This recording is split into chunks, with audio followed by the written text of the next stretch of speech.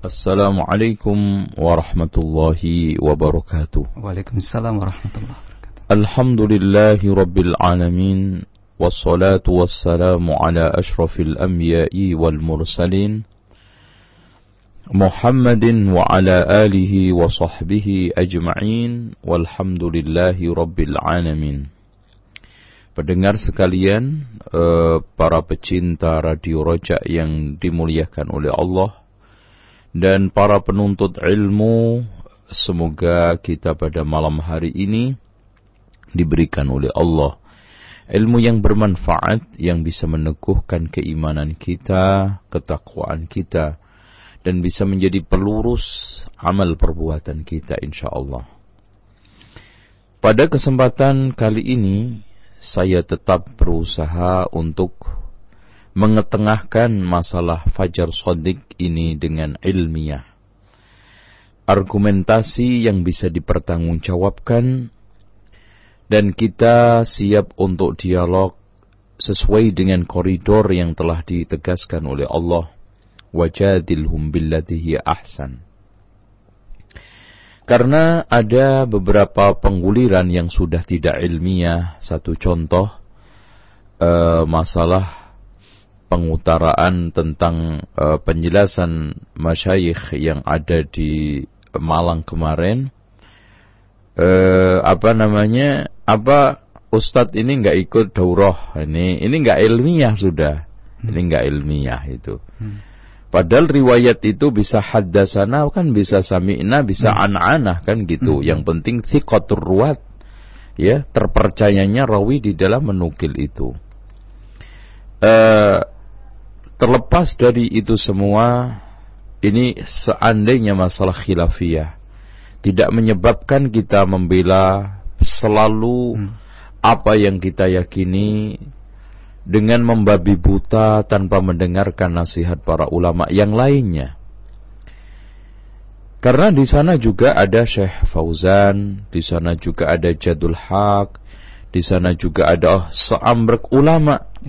Intinya jumhurul ulama, inilah yang menjadi pegangan. Tolong pendengar sekalian, ini ikhtilafnya bukan Radio Roja dengan Kiblati lagi, ya. Tolong, ini sudah nggak benar ini.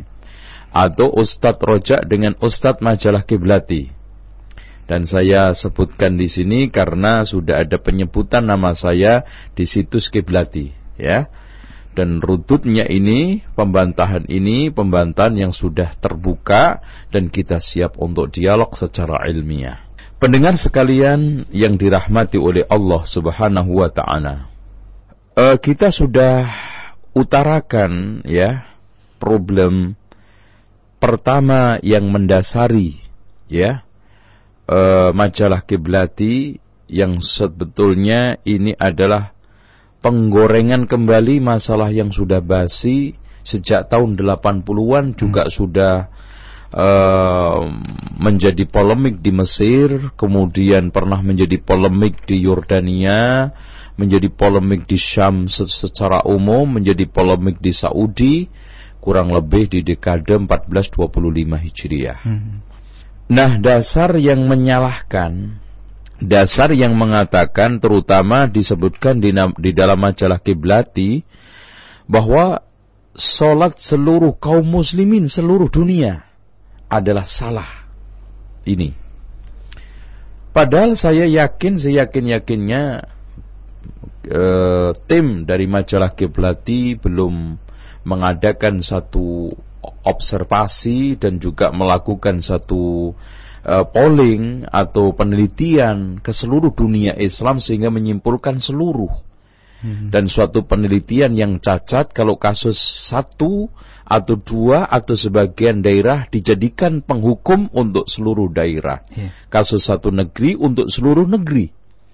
Dan sungguh sangat bijak kalau seandainya dia mengatakan seperti yang dikatakan oleh Syekh Nasruddin Al-Albani fi ba'did duwalil Arabiyah, di sebagian, di sebagian negara Arab. Masya Allah, itulah ulama, ciri-ciri orang ahli ilmu, bukan mengikuti hawa nafsu. Nah, dasar kesalahan itu berangkat dari penetapan bahwa fajar shadiq itu masuk setelah matahari berada di bawah ufuk 15 derajat. Sementara jumhur ulama negeri-negeri Islam dan juga standar-standar yang ditetapkan ada 5, itu yang nyeleneh cuman 15. Ada yang 19 karena berangkat dari ihtiyat, karena aslinya 18 diundurin 1 derajat, ihtiyat 5 menit di dalam rangka untuk menjaga puasa seseorang. Ada yang 18, tetapi untuk sampai 15 apalagi 14, ini jelas merupakan satu permasalahan tersendiri. Yang awalnya analisa itu muncul, dan ini saya akan gulirkan terus ya. Kalau tidak selesai pada malam hari ini, insyaallah kita akan tahan sedikit Bulughul Maram kita akan bahas selanjutnya. Dan pembahasan saya ini saya rujukkan kepada ulama syar'i dan juga ulama falaki dan juga ulama-ulama yang kapabel di dalam bidangnya. Dan pada saat ini saya akan menukil beberapa kasus bukti dalil baik dari Al-Quran maupun Alkitab. Nah, pernyataan mereka yang secara umum definisi fajar ialah, nah inilah. Jadi fajar mereka dasarkan kepada pendefinisian fajar ini yang menjadi problem ini. Memang permasalahannya bukan masalah sekarang ini setuju atau tidak setuju, mendukung atau tidak mendukung. Wah, Syahini dukung saya atau Syahini enggak dukung saya, ulama ini dukung ini enggak, ya. Masalahnya atau kalau kita bisa bilang kekeliruan mereka yang mengatakan bahwa sholat kita saat ini lebih maju 20 atau 25 menit di dalam mendefinisikan fajar ini yang salah, di mana dia mendefinisikan fajar di dalam istilah lughawi, bukan pada pegangan istilah syar'i. Padahal ketika ada perselisihan antara istilah lughawi dengan istilah syar'i, maka yang kita dahulukan adalah istilah syar'i. Di mana istilah syar'inya, istilah lughawi adalah min annal fajra huwa humratu syamsi fi sawadil laili wa huma fajran al-mustatil. Ya, yang pertama adalah al-mustatil, menjulur ke atas, itulah al-kadzib, ini sahih. Adapun sekarang wal akhir al-mustatir, yang menyebar kanan kiri, huwa shadiq al-muntashir fil ufuk, yaitu satu fajar yang menyebar di ufuk. Kita tidak ingkari bahwa ini pendefinisian fajar secara lughawi sah. Karena fajar yang didefinisikan ini adalah fajar secara utuh. Kalau kita ingin katakan fajar ialah secara utuh, ya seperti itu. Tapi yang menjadi permasalahan sekarang istilah syar'inya, seperti yang telah dikatakan oleh Allah, wa kulu washrabu hatta yatabayyana lakumul khaytul abyad. Nah, ini al-khaytul abyadu ini memberikan satu pengertian syar'i yang paling mendalam, tidak bisa dibantah. Sekarang yang kita analisa bukan fajar yang sudah menyebar, yang menjadi dasar pokok adalah awal fajar itu kayak apa sih? Itu loh. Awal fajar itu bentuknya kayak apa? Telah didefinisikan oleh Allah secara baik, dan tidak ada seorang pun yang boleh meleset, boleh melampaui batas ini, dan tidak boleh menyelisihinya. Al-khaytul abyad. Al-khaytul abyad telah dijelaskan oleh jumhurul ulama adalah satu bentuk sinar yang di ufuk timur melintang kanan kiri sebesar benang kalau seandainya kita dekatkan. Jadi di sini awal cahaya itu awal cahaya yang tidak mudah diamati oleh pandangan setiap orang. Dibutuhkan pertama ketika memandang itu pengetahuan yang cukup mendalam tentang bagaimana syariat mendefinisikan fajar yang menghalalkan sholat, mengharamkan makanan, yaitu fajar shadiq, dan didefinisikan secara dasar oleh Allah, wa kulu washrabu hatta yatabayyana lakumul khaytul abyadu minal khaytil aswadi minal fajri.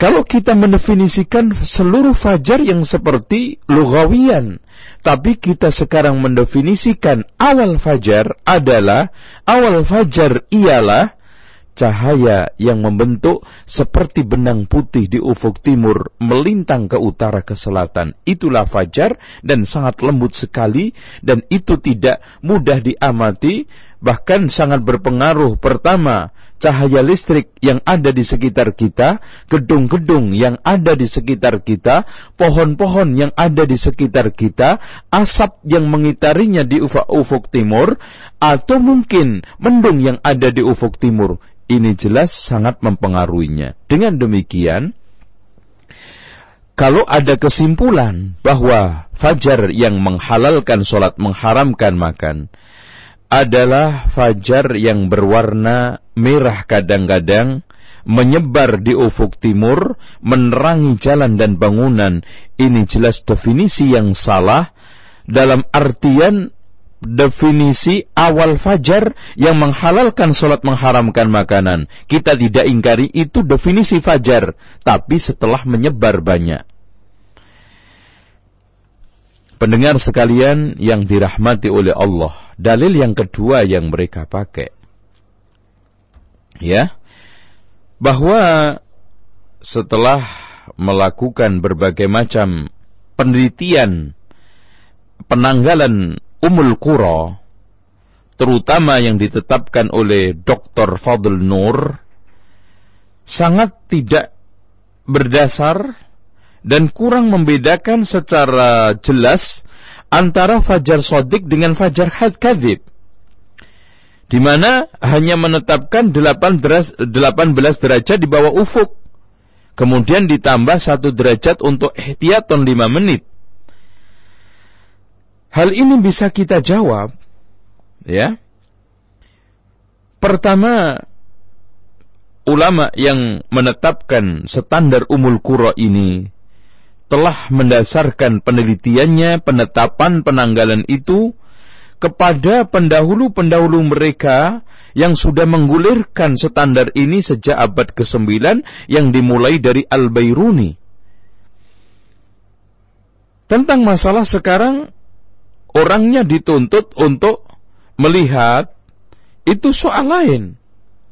Karena penglihatan nanti itu sangat tergantung kepada pertama tadi, ketajaman mata, kemudian terangnya cuaca, akan lebih jelas ketimbang sekarang matanya agak sedikit rabun, apalagi kacamataan, apalagi suasananya agak gelap, kanan kirinya gedung yang menjulang. Itu. Dengan demikian, sekarang kita bukan menuntut penelitian ini untuk kita buktikan bahwa penelitian ini cocok enggak dengan pandangan orang yang ada di sekitarnya atau pandangan orang awam, tetapi harus kita kembalikan lagi pertama kepada orang yang ahli astronomi, keduanya kalau seandainya kita ingin menyaksikan orang yang menyaksikan ini, kita perlu 2 perangkat. Yang pertama, dia memahami secara benar, secara baik definisi fajar shadiq menurut istilah syar'i, kemudian dia memiliki keahlian secara khusus untuk melihatnya itu, dan ditambah sehatnya mata dan cuaca tadi yang saya katakan. Karena kalau kita lihat di zaman Rasulullah SAW, tidak semua orang bisa atau diberikan wewenang Rasulullah SAW untuk menetapkan sekarang sudah masuk, sekarang belum masuk. Bahkan Abdullah ibnu Ummi Maktum sendiri yang tukang azan, sama sekali dia buta, otomatis tidak ahli untuk melihat fajar secara langsung. Tapi Rasulullah SAW mengangkat pendamping yang ahli sekali di dalam masalah itu, sehingga di dalam hadis Rasulullah, fa innahu la yu'adzin hatta yuqala lahu asbahta asbahta. Sesungguhnya Ibnu Ummi Maktum tidaklah azan sampai dikatakan kepadanya sudah subuh. Berarti di sini ada pendamping Ibnu Ummi Maktum yang memang ahli di dalam bidangnya, yang memang faham tentang fajar. Dengan demikian, sekarang kalau kita permasalahkan penelitian Ummul Qura karena tidak cocok pandangannya siapa, penglihatannya siapa, dan dasarnya atas dasar apa, ini yang harus kita pertanyakan. Dengan demikian, pendengar sekalian yang dirahmati oleh Allah Subhanahu wa taala, kita akan vonis di sini wala yasih ayyahtajju bimusyahadatihim. Dengan demikian, tidak boleh, tidak sah mereka berhujjah dengan pandangan mereka, yang pandangan itu menyelisihi ketetapan fajar shadiq yang telah ditetapkan oleh ahlul hisab, ahli falak, dan ketetapan yang telah dipegang teguh oleh para ulama di dalam menetapkan fatwa. Lah ini yang menetapkan standar 15 derajat ini menyelisihi ahli astronomi, menyelisihi para ulama yang kapabel, yang juga di Indonesia, ya, Kiblati telah ditegur jelas-jelasan oleh MUI dan Depak, yang bahkan di dalam satu gulirannya atau penjelasannya mengatakan, di sini saya akan bacakan secara tekstual, terkait munculnya selebaran yang marak beredar di masyarakat mengenai jadwal waktu subuh yang menyesatkan. Nah, berarti Kiblati ini sudah menyesatkan umat menurut versi MUI Jogja. Ini ya. Menurut versi MUI Jogja menyesatkan. MUI DIY Daerah Istimewa Yogyakarta menghimbau kepada masyarakat untuk tetap waspada terhadap segala hal yang dapat memecah belah umat Islam. Dan memang betul, itu majalah Kiblati telah memecah belah umat. Sekarang bagaimana sekarang? Pemuda-pemuda yang soleh, yang awalnya rajin sholat ke masjid, yang akrab dengan jamaah, sekarang pecah, sholat sendiri di rumah, bahkan sudah tidak saling sapa mungkin di antara mereka. Sementara itu, Ketua Takmir Masjid Gede, Budi Setiawan, saat dikonfirmasi, membenarkan hal tersebut. Selebaran mengenai jadwal waktu subuh yang dinilai menyesatkan tersebut diambil dari sebuah artikel dari majalah Kiblati. Sebenarnya dalam dunia maya hal itu sudah muncul sejak akhir Juli lalu dan sempat membuat gempar masyarakat muslim, kan? Akibatnya sangat fatal dan akibatnya sangat tidak menyenangkan kita semuanya. Membenainya lebih kecil daripada merusaknya. Kalau dia faham kaidah dar'ul mafasid muqaddamun ala jalbil masalih, yakin akan menghentikan safarinya. Pendengar sekalian yang dirahmati oleh Allah, sekarang kita akan membacakan hasil penelitian kesimpulan fajar shadiq dengan fajar kadzib yang telah ditetapkan oleh ahli astronomi Indonesia, ya. Disebutkan fajar kadzib memang bukan fajar dalam pemahaman umum yang secara astronomi disebut cahaya zodiak. Cahaya zodiak disebabkan oleh hamburan cahaya matahari oleh debu-debu antar planet yang tersebar di bidang ekliptika yang tampak di langit melintasi rangkaian zodiak atau rangkaian rasi bintang yang tampak dilalui matahari. Oleh karenanya, fajar kadzib tampak menjulur ke atas seperti ekor serigala yang arahnya sesuai dengan arah ekliptika. Fajar kadzib muncul sebelum fajar kadzib ketika malam masih gelap. Nah, fajar shadiq ialah hamburan cahaya matahari oleh partikel-partikel di udara yang melingkupi bumi Dalam bahasa Al-Quran, fenomena itu diibaratkan dengan ungkapan terang bagimu, benang putih dan benang hitam, yaitu peralihan dari gelap malam hitam menuju munculnya cahaya putih. Dalam bahasa fisika, hitam bermakna tidak ada cahaya yang dipancarkan, dan putih bermakna ada cahaya yang dipancarkan. Karena sumber cahaya itu dari matahari, penghamburnya adalah udara, maka cahaya fajar melintang sepanjang ufuk, horizon, yaitu kaki langit. Itu bertanda akhir malam, menjelang matahari terbit. Semakin matahari mendekati ufuk, maka semakin terang fajar shadiq. Jadi, batasan yang bisa digunakan adalah jarak matahari di bawah ufuk. Dan di sini kata terus, secara astronomi, fajar dibagi menjadi 3. Fajar astronomi, inilah yang dimaksud asyafaqul falaki, yang digunakan untuk penetapan ibadah sholat subuh. Yang kedua adalah fajar nautika, yaitu fajar yang dipakai oleh para nelayan untuk sudah nampak ufuk di laut. Jadi nampak ufuk di laut itu yang dipakai standar mereka, dan ini takarannya beda. Kalau fajar astronomi menerapkan 18, kalau fajar nautika itu menerapkan 12 derajat di bawah ufuk, dan fajar sipil itu 6. Fajar astronomi didefinisikan sebagai akhir malam ketika cahaya bintang mulai meredup karena mulai munculnya hamburan cahaya matahari. Biasanya didefinisikan berdasarkan kurva cahaya. Fajar astronomi ketika matahari berada sekitar 18 derajat di bawah ufuk. Fajar nauritika adalah fajar yang menampakkan ufuk bagi para pelaut pada saat matahari berada di sekitar 12 derajat di bawah ufuk. Fajar sipil adalah fajar yang mulai menampakkan benda-benda di sekitar kita, bangunan dan jalan, yaitu 6 derajat. Jadi mulai gedung-gedung nampak, jalan-jalan nampak. Nah itu fajar yang dipakai standar, jadi nggak syar'i sama sekali.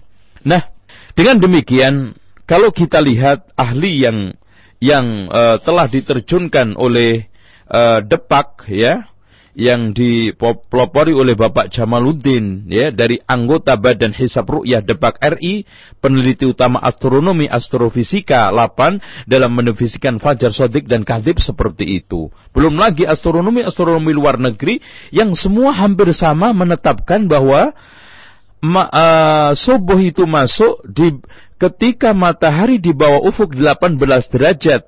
Bukan versi yang telah nyeleneh, ganjil dan syadz, yaitu 14 atau 15. Dan inilah yang telah digulirkan juga pernah dulu, yaitu Al-A'mash, yang telah dikritikkan oleh para ulama bahwa itu adalah pendapat yang syadz, yang dimana mengatakan bahwa subuh itu masuk ketika cahaya fajar itu menerangi jalan-jalan, bangunan, dan sudah cerah menyebar di sebelah timur. Wallahu a'lam bishawab. Pendengar sekalian yang dirahmati oleh Allah. Nah, sekarang mungkin ada di antara dalil yang ketiga yang mereka pakai ucapan Hudzaifah, di mana pernah sahur itu betul-betul terang, bahkan dikiranya itu subuh, dan ini kita bisa bantah itu hadisnya mauquf.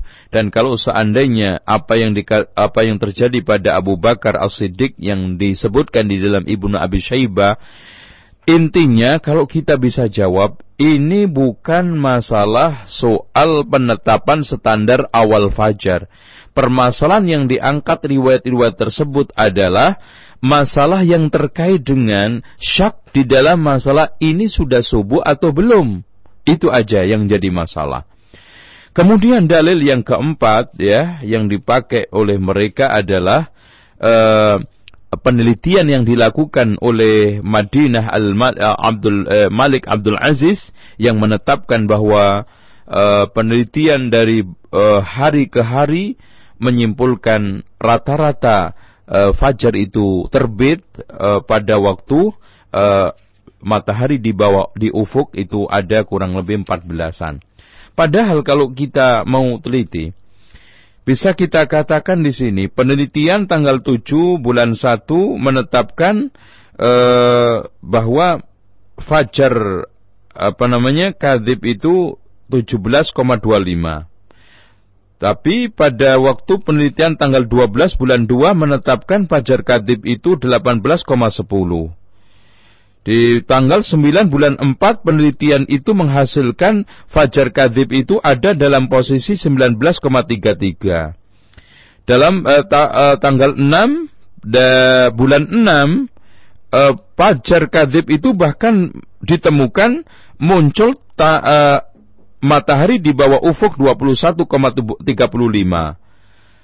Pada tanggal 11 bulan 7 ditemukan fajar kadzib itu matahari di bawah ufuk 20,29.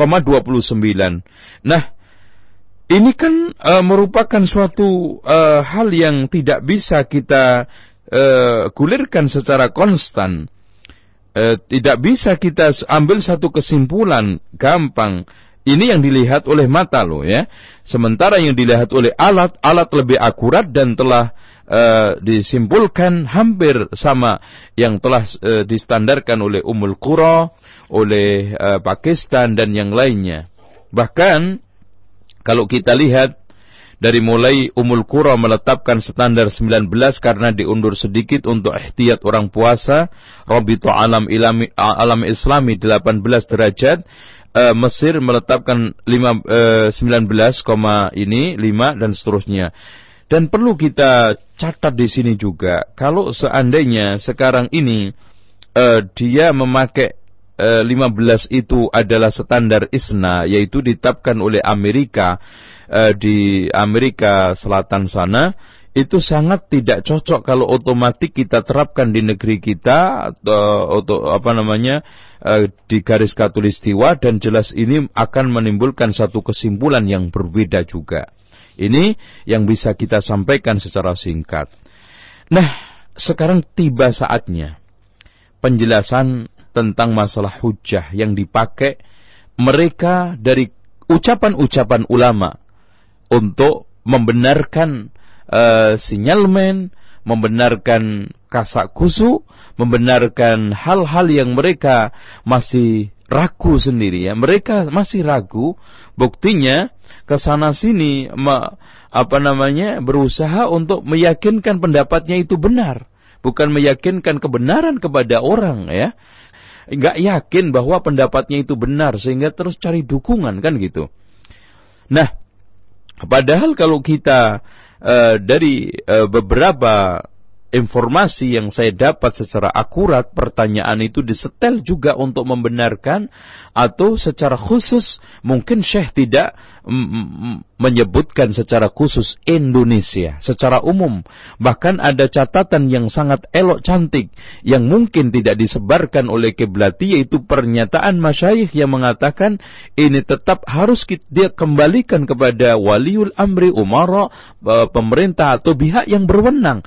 Lah ini yang tidak disiarkan, tidak disebarkan, bahkan tidak disampaikan kepada jamaah.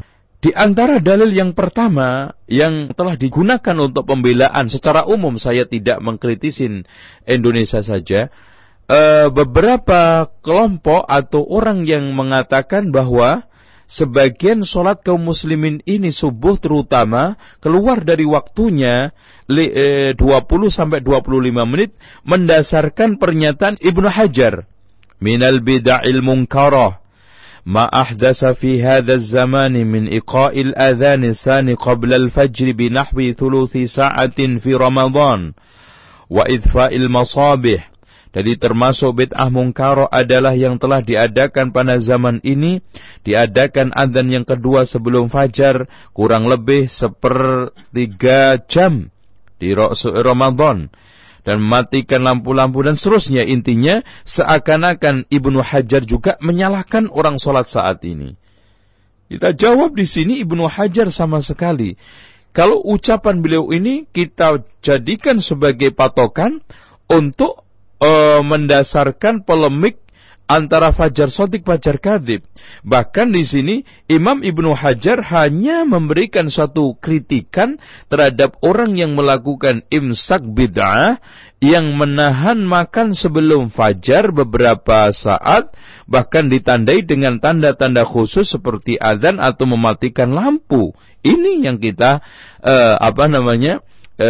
pegang. Nggak ada sama sekali dalil di sini untuk membenarkan polemik yang sekarang sedang kita bicarakan. Lalu Syekh Utsaimin mereka berpegangan kepada ucapan Syekh Muhammad ibnu Shalih Al-Utsaimin bin nisbah li salatil fajril ma'ruf anna at-tawqid alladhi ya'rifuhu an-nasu laysa bisahih.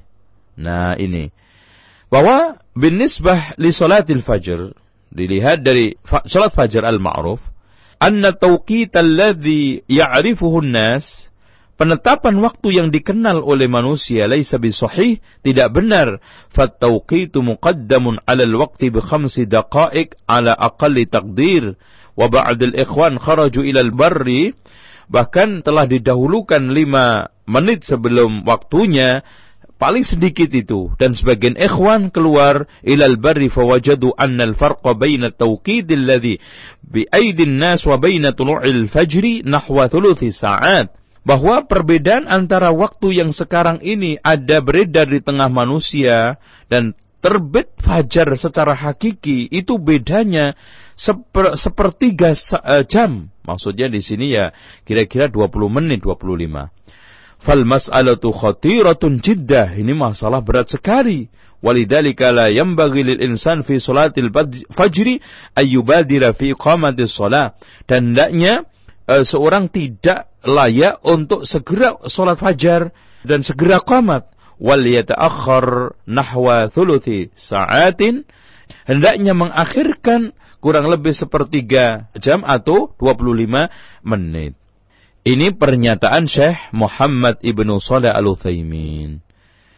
Dan di dalam pernyataan lain beliau mengatakan wa hadhil alamah asbahat fi waqtina alamatun khafiyatun. Ya, tanda-tanda yang sekarang ini digunakan untuk menetapkan waktu pada saat ini alamatnya samar, ya. Tanda-tandanya sangat samar. Wa asbahan nasu ya'tamiduna 'ala at-taqwimat was-sa'at. Sekarang orang pada berpegangan pada penanggalan dan jam, walakin hadhihi taqwimati takhtalifu fa ahyanan yakunu bainal wahid wal akhar ila 6 daqa'iq wa hadhihi laysat hayyinatan. Penanggalan itu berbeda-beda. Kadang satu tanggalan bedanya 1 detik yang sampai yang lainnya 6 detik, dan ini tidak mudah. Wala siyama fi adhanil fajri wa adhanil maghrib, terutama adzan fajar sama adzan maghrib. Namun di sini Syekh Muhammad ibnu Shalih Al-Utsaimin di kitab Majmu'ul Fatawa beliau jilid 19 nomor halaman 302, ba'dun nasil ana yushakkikuna fit taqwimil mawjud baina aydin nas. Sebagian orang sekarang ini menimpakan keraguan-raguan, menyebarkan keraguan-raguan, kebimbangan di dalam penanggalan yang ada di tengah manusia sekarang, di tangan manusia sekarang.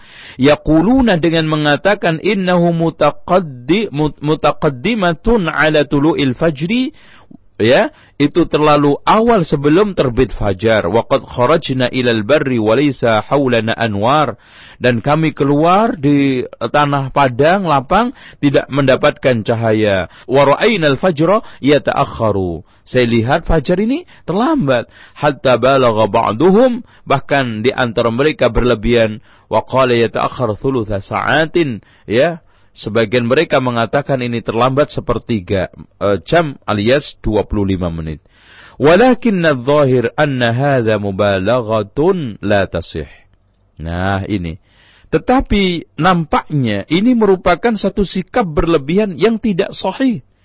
Walladhi narahu anna at-taqwim alladhi baina aydin nas, yang kami lihat penanggalan yang sekarang ada di tangan manusia al-an, fihi taqwim 5 daqa'iq fil fajri khasatan, hanya terpaut 5 menit. Yakni law akalta wa huwa yu'adzin ala taqwim fala haraj. Kalau seandainya kamu makan sedang dalam keadaan tidak ada masalah, itu saja masalah. Illa idza kana al-muadzin yahtatu wa yata'akhkhar, kecuali ada muadzin yang hati-hati kemudian melambatkan, itu pun enggak lebih dari 5 menit. Fa ba'dul muadzinin jazahullahu khaira yahtatuna wa la yu'adzinuna illa ba'da 5 daqa'iq min at-tawqitil mawjud al-an. Ya, intinya kalau kita berpegangan pada Syekh Muhammad, ucapan Syekh Muhammad, beliau juga mengatakan bahwa lambatnya cuma 5 menit, itu pun kalau standar Ummul Qura yang sudah diakui oleh peletaknya, diawalkan 1 derajat yang nilainya kurang lebih 5 menit dalam rangka untuk ihtiyat orang-orang yang berpuasa. Dan Syekh Abdullah Al-Khudairi juga menemukan satu kasus, bedanya cuma 2, kadang-kadang 1 menit, 2 menit, 1 menit itu aja. Dengan demikian kita pun bisa bantah kalau sekarang ada orang yang mengatakan bahwa kita harus hati-hati, kita ambil mengatakan kalau ada orang 2 mengatakan yang satunya melihat, yang satunya tidak, belum melihat fajar, maka kita ambil yang belum melihat, hati-hati dalam rangka untuk menjaga sholat orang, jangan-jangan belum masuk. Kita balik. Pertama, orang yang menetapkan qaulul muthbit, ucapan orang yang menetapkan muqaddamun ala qaulil nafi, ucapan orang yang menafikan, itu satu. Kemudian yang keduanya, menciptakan kehati-hatian di dalam berpuasa itu lebih penting daripada kehati-hatian di dalam sholat. Karena jarang orang yang habis azan langsung sholat. Tetapi kehati-hatian orang supaya tidak makan terus, sekarang sementara sudah fajar menyingsing, ini lebih berbahaya daripada orang sekarang ini azannya maju sedikit. Kenapa? Karena azan sebelum fajar khusus untuk sholat subuh adalah boleh. Ini berdasarkan penjelasan Imam Nawawi dan ulama-ulama yang lainnya, diambilkan dasar dari hadis Ibnu Ummi Maktum, yadullu ala jawazi adzanis subhi qabla al-fajri, sebelum fajar. Dan ini tidak ada masalah. Dengan demikian, kita ingin tegaskan di sini bahwa pernyataan yang dipakai untuk membenarkan dari ucapan ulama, di antaranya Syekh Muhammad Ibnu Shalih Al-Utsaimin, tidak mendapatkan pembenaran. Adapun mereka juga menggunakan atau menggulirkan pendapatnya Syekh Muhammad Ibn Nasruddin Al-Albani. Perlu diketahui bahwa nampaknya Syekh Muhammad kalau seandainya ini benar, mengikuti pendapat di mana fajar shadiq adalah fajar yang nampak menyebar. Nampak menyebar. Tetapi di dalam suatu ungkapan yang lainnya beliau mengatakan wa'alam annahu la munafata baina wasfihi sallallahu alaihi wasallam li daw'il fajr shadiq bil ahmar wa wasfihi ta'ala iyaw biqawli al khaytul abyad lianna al murad wallahu alam bayadun mashubun bi humratin aw taratan yakunu abyad wa taratan yakunu ahmar. Berarti di sini putih tetap yang sudah mengandung serabut-serabut kemerahan. Ini pendapatnya Syekh. Ini kalau seandainya sahih, itu yang mereka fahami. Tetapi kita kembalikan kepada ucapan Syekh Imam Malik, kullun yu'khadu wa yutrak min qawlihi illa sahibu hadzal qabri. Kalau dia menggunakan lagi pendapatnya Muhammad Rashid Ridha, yang mengatakan minal mubalaghah fil ihtiyat lisiyam, termasuk cara berlebihan di dalam berpuasa untuk hati-hati di dalam imsak qablahu bi 20 daqiqatan, mereka melakukan al-imsak qablahu bi 20 daqiqatan, 20 menit. Wal waqi' an tubayyan atau antubayyan bayadun nahar la yadhhar linnas illa ba'dahu bi 20 daqiqah takriban. Ini mereka buat pegangan ucapan Syekh Muhammad Rashid Ridha, difahami bahwa wal waqi' antubayyan bayadun nahar, atau antabayyana bayadun nahar, harusnya salat subuh itu sudah nampak mulai putihnya siang, la yadhhar linnas illa ba'dahu bi 20 daqiqatan takriban, dan itu tidak nampak kecuali setelah 20 menit kira-kira. Nah, ini juga dipakai dasar seakan-akan Syekh Muhammad Rashid Ridha juga mengatakan bahwa salat kita sekarang ini lebih maju, lebih awal 20 menit. Namun pendengar sekalian, kita bantah dengan ucapan beliau secara keseluruhan, di mana beliau mengatakan ketika di dalam surat tafsir Al-Manar cetakan yang kedua, Kulu wa kulu washrabu hatta yatabayyana lakumul khaytul abyadu minal khaytil aswadi minal fajri ay wa yubahu lakumul aklu wasyurbu kal mubasharati amatal layli hatta yatabayyana lakum bayatul fajri famata tabayyana wajabas siyam. Nampak sekali Syekh Muhammad Rasyid Ridho tidak mengingkari bahwa standar awal puasa sudah masuk adalah bayadul fajri. Kembali kepada firman Allah, wa kulu washrabu hatta yatabayyana lakumul khaytul abyad. Dan khaytul abyad telah disepakati oleh mufassirun, oleh para ulama syar'iyyin dan juga oleh para ahli astronomi ketika berawal cahaya fajar shadiq itu muncul pada saat matahari berada di bawah ufuk 18 derajat, dan itu tidak ada yang berselisih di antara ahli astronomi kecuali syadz dan sangat-sangat jarang sekali.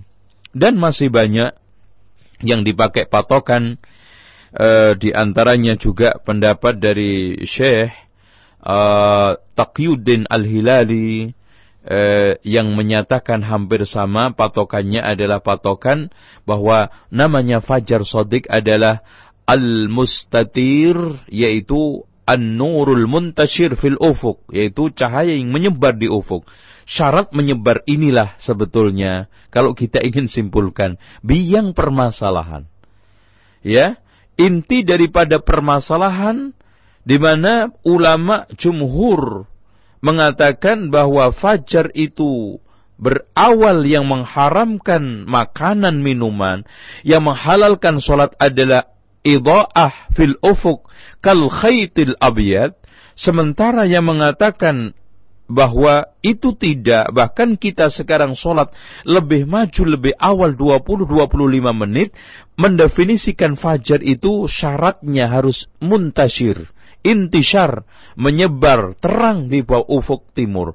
Inilah yang menjadi permasalahan. Dengan demikian, saya ingin sampaikan kepada pendengar sekalian, ikhwani wa akhwati fillah, ya, dengan dada yang lapang, dengan pikiran yang betul-betul ingin mencari kebenaran, kita objektif, kita baca beberapa fatwa ulama dan penjelasan ahli astronomi bahwa apa yang telah sekarang dilakukan kaum muslimin, yaitu sholat di mana fajar shadiq itu muncul pada matahari ketika di bawah ufuk 18 derajat, itu merupakan suatu ketetapan yang sahih. Dan kalau seandainya maju, itu tidak lebih dari 5 menit. Kalau seandainya maju, itu pun kalau menggunakan standar 19 di bawah ufuk. Dan nampaknya dari Depak, dari MUI dan ahli astronomi Indonesia ini menetapkan standar 18 seperti yang telah ditetapkan di Pakistan, Bangladesh, India dan sekitarnya. Dengan demikian tidak ada salahnya dan tidak ada kekeliruannya penanggalan penetapan waktu sholat yang ada di kita. Dan insya Allah kalau seandainya ada kasus, itu pun kesalahan murni masjid yang beberapa masjid yang mungkin mendahuluinya, yang mungkin karena nggak sabar, yang mungkin ingin segera sholat, itu saja. Tapi kalau kita lihat penanggalan secara umum, waktu yang telah ditetapkan beredar di tengah masyarakat tidak ada salahnya dan tidak ada kekeliruannya, bahkan telah ditetapkan oleh para ahli ulama, para ahli astronomi, ilmu falak, seperti yang telah saya bacakan tadi. Wallahu a'lam bishawab. Nah, demikian ikhwatal Islam, materi yang sangat bermanfaat dari pembahasan polemik Fajar Shadiq yang disampaikan oleh Al-Ustaz Abu Ahmad Zainal Abidin hafizahullah taala. Selanjutnya, sesi berikut dari kajian kita adalah tanya jawab. Jangan kemana-mana, kita akan ikuti sesi tanya jawab. Anda bisa kirimkan pertanyaan melalui pesan singkat di 0819896543 atau melalui telepon di 0218236543. Kami akan hadir kembali ke ruang dengar Anda setelah beberapa jeda yang berikut ini.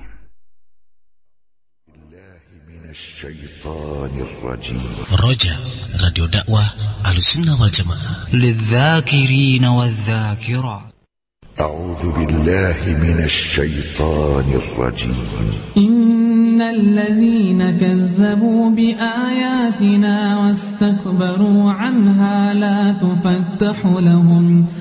لا تفتح لهم أبواب السماء ولا يدخلون الجنة حتى يلج الجمل في سم الخياط وكذلك نجزي المجرمين لهم من جهنم مهاد ومن فوقهم غواش وكذلك نجزي الظالمين والذين آمنوا وعملوا الصالحات لا نكلف نفسا إلا وسعها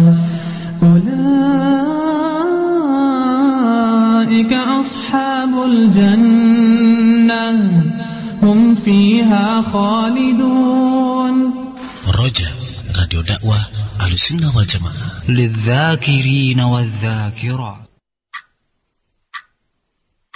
Detik demi detik terus berganti. Waktu terus bergulir. Sudahkah setiap waktu yang dilewati kita isi dengan ilmu dan amal? Di tengah hiruk pikuknya ragam pemikiran manusia, seorang hamba membutuhkan petunjuk Rabb-Nya agar selamat dalam menapaki kehidupan dunia dan berbahagia di kehidupan akhiratnya kelak. A'udzu billahi minasy syaithanir rajim. Roja, Radio Dakwah Ahlussunnah wal Jamaah. Lidzakirina wadzakirat. Assalamualaikum warahmatullahi wabarakatuh. Bersama Anda di 756 kHz Radio Dakwah Ahlussunnah wal Jamaah yang dipancarluaskan dari Masjid Al-Barkah, Jalan Pahlawan, Kampung Tengah Cilengsi, Bogor. Ikhwatal Islam, selanjutnya kami akan membuka sesi tanya jawab yang tentunya kami harapkan dengan pertanyaan yang sesuai dengan tema kita di malam hari ini mengenai polemik Fajar Shadiq. Kami angkat Ustaz untuk yang pertama. Ya, sebelum kami angkat dari telepon, ada pertanyaan dari saudara Aris Yusfian yang mengirimkan pertanyaan via Facebook yang menyatakan bahwasannya Ustaz di dalam ceramah yang terdahulu menyebutkan kita tidak boleh menerima hasil dari penelitian sekelompok ikhwah yang bukan ulil amri ataupun bukan ahli astronomi, tetapi harus mengikuti pemerintah. Apakah ada dalil dari hal ini? Mohon penjelasannya Ustaz. Iya. Hal ini kita kembalikan kepada firman Allah surat An-Nisa ayat 83. Allah Subhanahu wa taala mengatakan wa idza ja'ahum amrun. Di sini perkara apa saja. Amrun di sini nakirah yufidul umum. Perkara apa saja yang terkait dengan keumatan. Minal amni pada saat aman damai seperti sekarang ini, awil khaufi atau pada saat perang, adza'u bih maka mereka siarkan, mereka sebarkan. Ini ciri-ciri orang awam, orang pandir. Adza'u bih mereka sebarkan dalam rangka untuk menciptakan mafsadah, untuk menciptakan kegaduhan, kekacauan.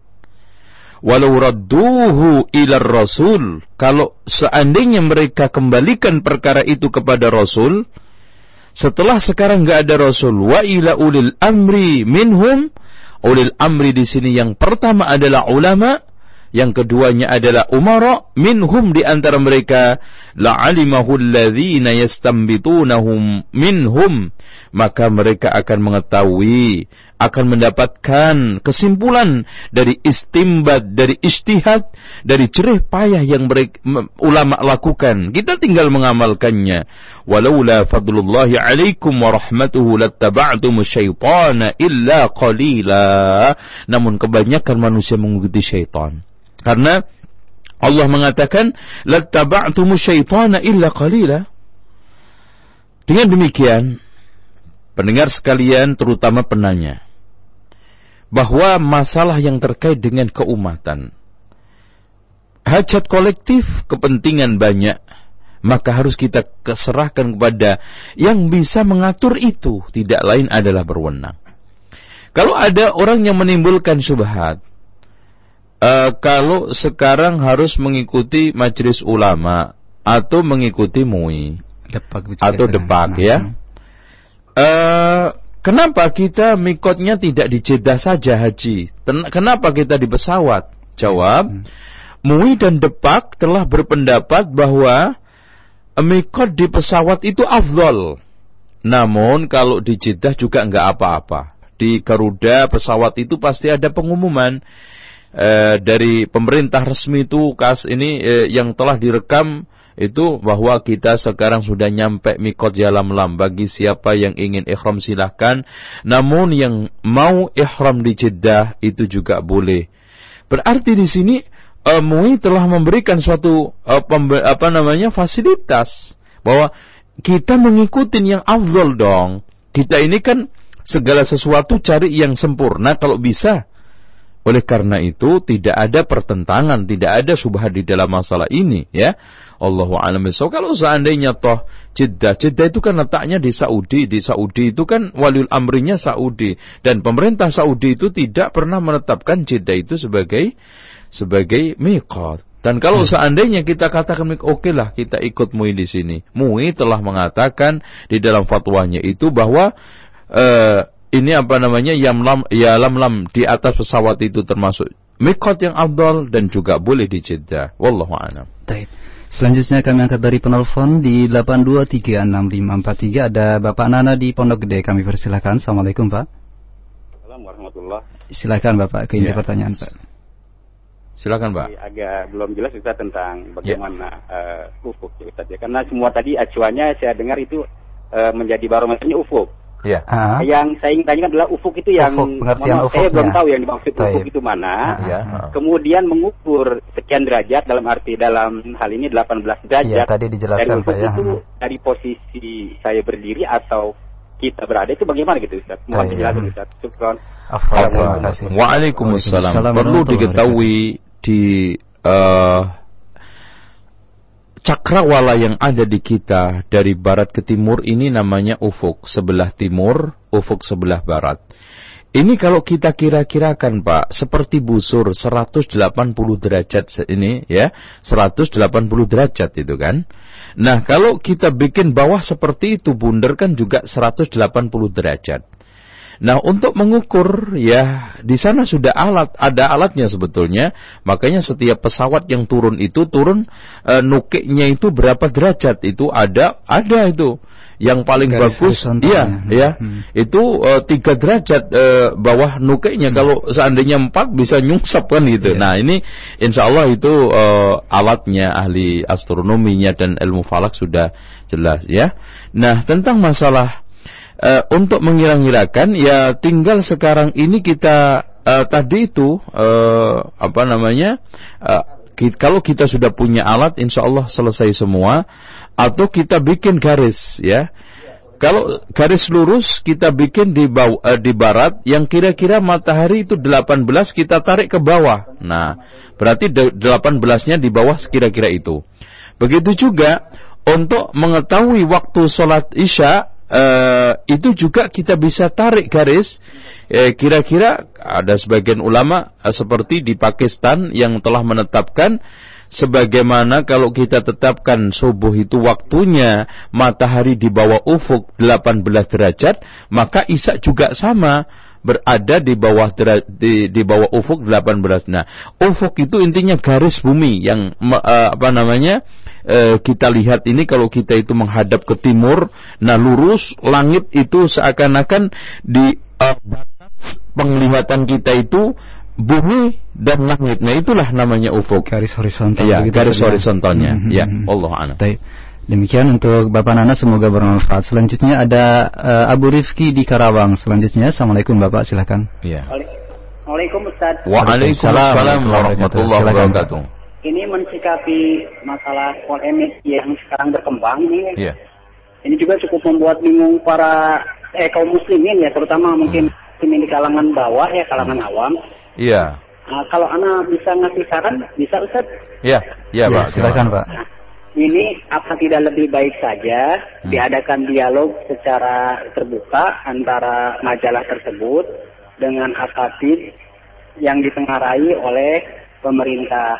Yeah. Nah, nanti dari hasil dialog tersebut, keputusannya diumumkan oleh pihak yang berwenang, dalam hal ini pemerintah. Nah, kan biasanya kalau keputusan itu diumumkan oleh pihak pemerintah akan membuat lebih tenang kepada kaum muslimin yang ada di bawah. Iya, betul Pak. Jadi begini, nanti kepada kedua belah pihak, jika setelah diadakan dialog berdasarkan hujah-hujah yang dikemukakan, juga penelitian-penelitian yang bisa menjadikan hujah, itu kepada salah satu pihak harus legowo menerimanya. Jika majalah tersebut ternyata keliru, dia harus mengumumkan kekeliruannya lewat majalahnya lagi. Kemudian setelah diadakan penelitian lagi atau diadakan dialog lagi dengan dalil-dalil yang sudah ditetapkan, ternyata memang pihak pemerintah pun salah, keliru gitu kan ya. Dan kekeliruan ini diumumkan juga kepada dikoreksi. Umat. Kita sebenarnya inginnya seperti itu yang menenangkan hati kita di dalam ibadah itu. Betul Pak. Ya, Pak, ya. Terima kasih Bapak Abu Rifki atas saran dan masukannya. Terima kasih. Waalaikumsalam. Sebetulnya harus begitu Pak. Masalahnya ini awalnya ini sudah dikulirkan, sudah dicuap-cuapkan, ditablegkan, belum disampaikan ke pemerintah.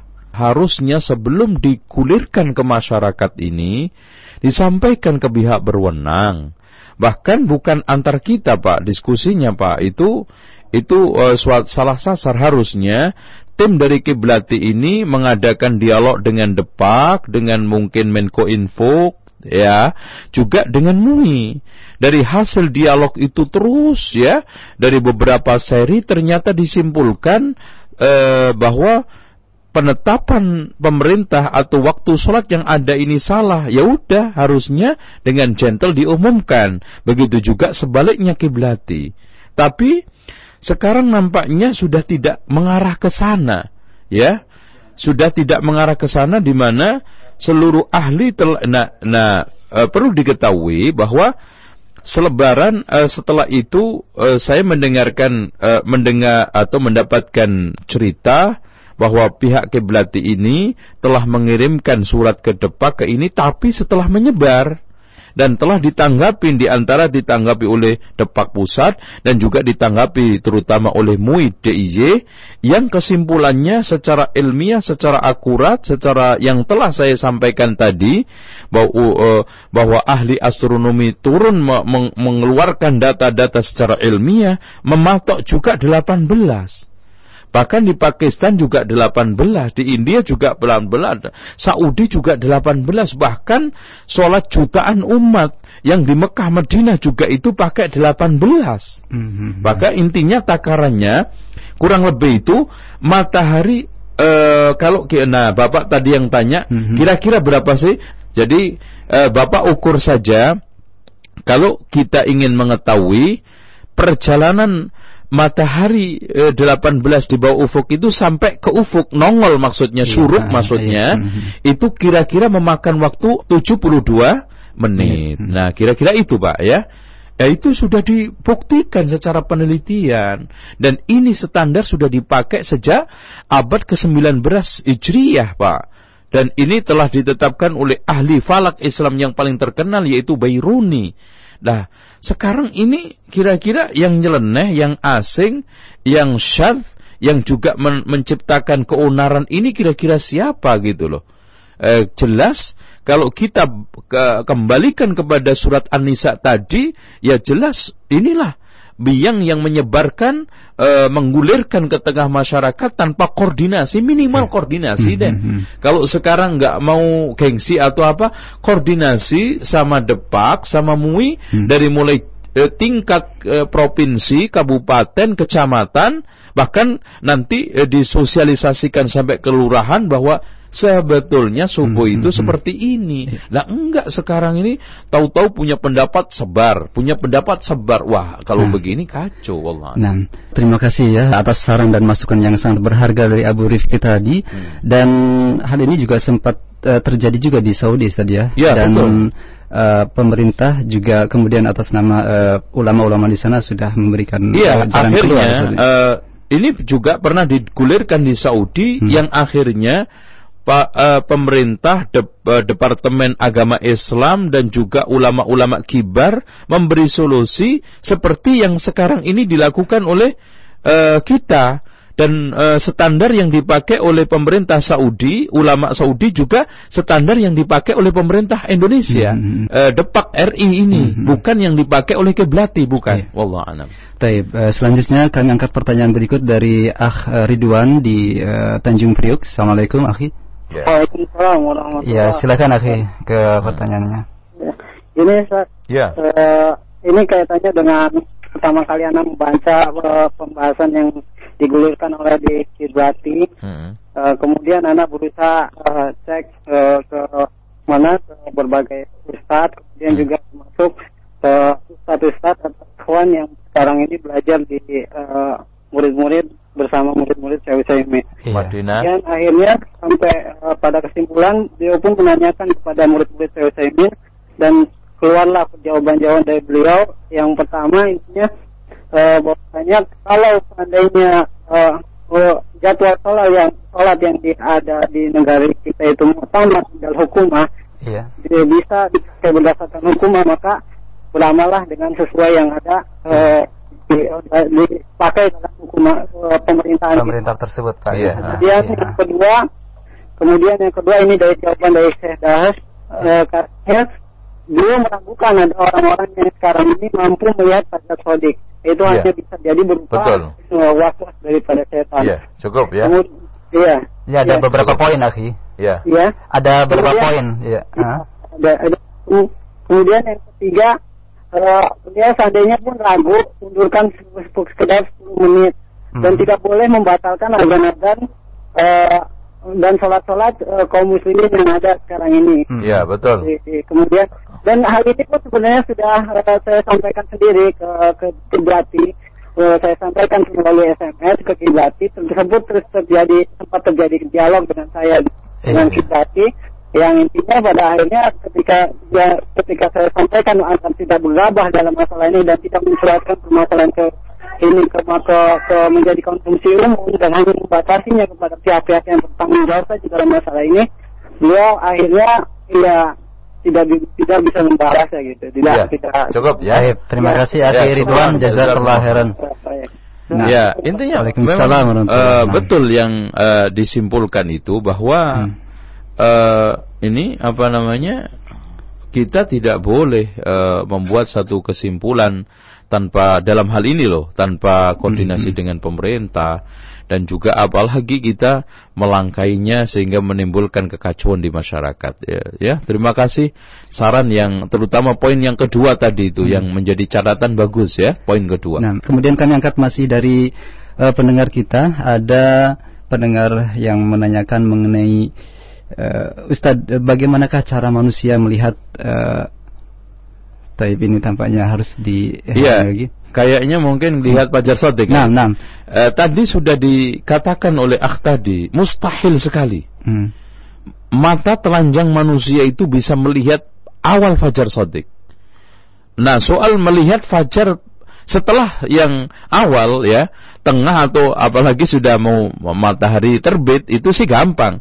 Sekarang pertanyaannya adalah awal terbitnya fajar itu diawali dengan kayak apa bentuknya? Ini tidak gampang, hampir nyaris sulit mendapatkan dengan kasat mata atau mata telanjang. Makanya rata-rata yang menemukan adalah alat. Alatnya itu pun canggih.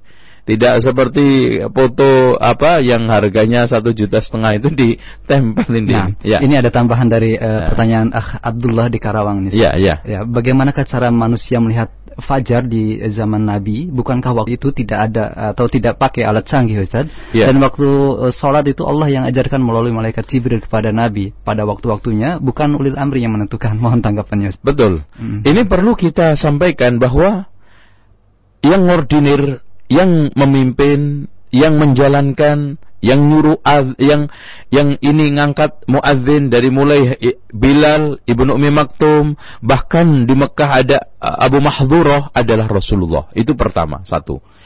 Terus keduanya tadi sudah saya sampaikan dari kalimat Rasulullah mengatakan wa kulu washrabu hatta yu'adzina ibnu Ummi Maktum. Makanlah, minumlah sampai ibnu Ummi Maktum azan. Fa innahu la yu'adzin, dia tidak azan hatta yuqala, sampai dikatakan kepadanya asbahta, asbahta, sudah subuh. Berarti di sini ada orang yang memang ahli, memang pakar, memang mereka telah ditentukan oleh Rasulullah SAW untuk menjagai, dampingi ibnu Ummi Maktum ini. Dan perlu diketahui bahwa di samping informasi dari malaikat Jibril, keduanya perlu kita ketahui bahwa padang pasir, apalagi pada zaman Rasul, ya, itu sangat memungkinkan. Beda dengan Indonesia. Tetapi yang ditemukan itu pun bukan awal daripada fajar itu, ya. Setelah berlalu bisa mungkin 3 menit, 2 menit, itu wajar. Ya. Tetapi kalau sekarang menentukan secara akurat pasti tidak meleset, inilah awal fajar. Ini yang dikatakan oleh tadi muridnya Syekh Muhammad ibn Shalih Al-Utsaimin. Tapi yang ditemukan oleh orang-orang yang ditugasi Rasulullah SAW, seperti juga yang ditugasi Rasulullah oleh orang-orang yang melihat hilal pada saat itu, yang memandul Rasulullah sebagai Nabi, sekaligus qaid, sekaligus pemimpin, dan itu merupakan ungkapan kalau zaman sekarang adalah waliyul amri, bahkan Rasulullah lebih daripada itu. Wallahu a'lam. Nah, selanjutnya dari pesan singkat kembali, Ustaz barakallahu fikum, saya hanyalah seorang awam yang berhati-hati. Saya takut apabila sholat kita, dalam hal ini sholat subuh, belum masuk waktunya. Sedangkan ibadah sholat adalah ibadah yang Allah sudah tetapkan waktu yang sudah kita ketahui bersama. Dan kita hanya mengikuti jumhur dan ulil amri. Kemanakah kita akan mengembalikan pertanggungjawaban kita kelak, Ustaz? Begini Pak, ya, antum lebih hati-hati jagai puasa apa sholat. Ini satu. Kalau kita molorin 20 menit berarti kita makan terus, puasa kita batal. Tapi kalau sekarang kita itu sholat seperti ada sekarang, taruhlah kita undur 5 menit. Taruhlah seandainya kita ini betul azan sebelum waktunya. Azan subuh wabil khusus sebelum waktunya, sudah saya katakan tadi boleh. Terus kemudian, toh yang tadi hasil penelitian itu kira-kira 10-15 menit. Ya, 10-15 menit. Itu pun kira-kira.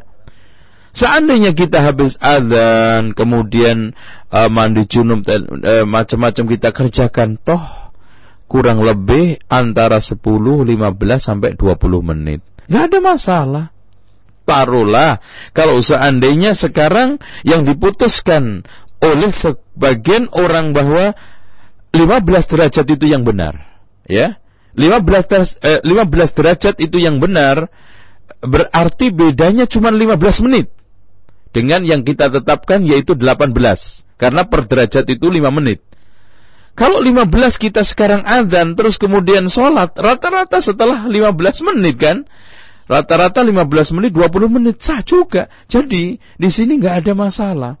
Terus kemudian pertanyaannya, kita kembalikan kepada siapa? Pertama Mas, masalah fajar yang sekarang ini kita bahas adalah masalah yang telah bisa ditetapkan secara dalil Al-Quran dan Sunnah. Wa kulu washrabu hatta yatabayyana lakumul khayt, dan juga wa kulu washrabu hatta yu'adzina, dan seterusnya tadi. Kalau kita mengamalkan sesuatu sudah yakin berdasarkan dalil, kemudian secara ahli fas'alu ahla dzikri in kuntum la ta'lamun, tanya kepada orang yang ngerti dalam masalah ini adalah ahli astronomi, kalau kamu enggak tahu juga sudah kita dapatkan. Yakin. Loh, kenapa kita sekarang ragu? Allah sudah memberikan suatu ketetapan kok, qul hal yastawil ladina ya'lamuna wal ladina la ya'lamun. Dan Allah Subhanahu wa taala sudah memberikan satu poin, wala taqfu ma laysa laka bihi ilm, dan kita sudah mendapatkan ilm dari Al-Qur'an was sunnah dan ahlinya fas'alu ahla dzikri in kuntum la ta'lamun.